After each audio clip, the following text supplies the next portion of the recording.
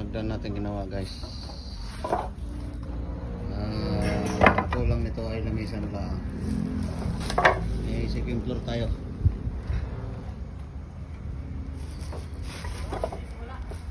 Yung dalawa nagkakabit ng polycarbonate.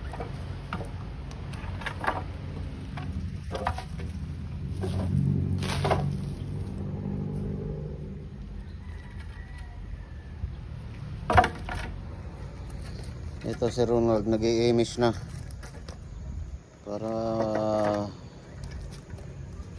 pagdating ng bossing.